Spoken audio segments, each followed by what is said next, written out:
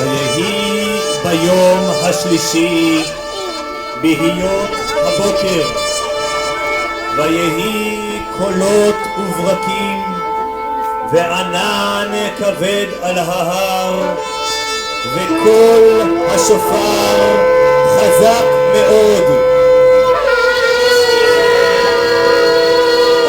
ויחרד כל העם אשר במחנה, והר סיני עשן כולו, מפני אשר ירד עליו השם באש.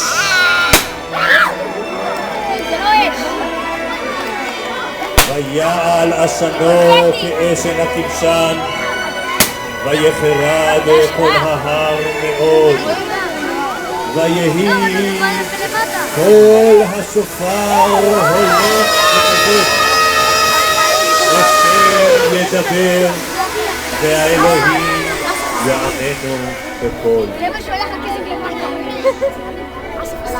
בני ישראל היקרים, היום והיינו מעם השם על ידי קבלת התורה. שתי הדיברות הראשונות נאמרו מפי הגבורה, עד שעם ישראל לא יכל, ומשה אמר את הדיברות. חזרו אחריי לקבלת התורה. אנוכי השם אלוקיך, אשר הוצאתיך מארץ מצרים.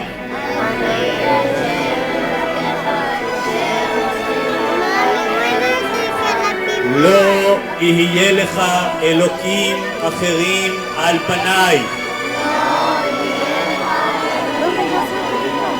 לא תישא את שם השם אלוקיך לשווא.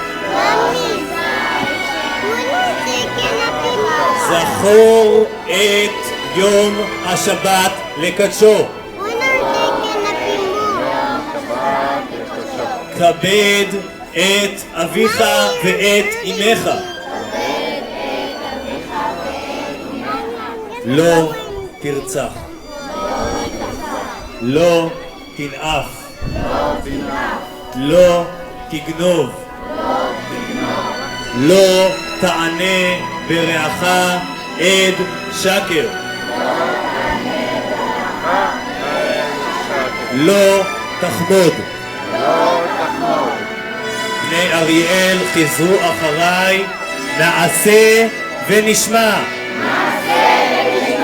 נעשה ונשמע. נעשה ונשמע.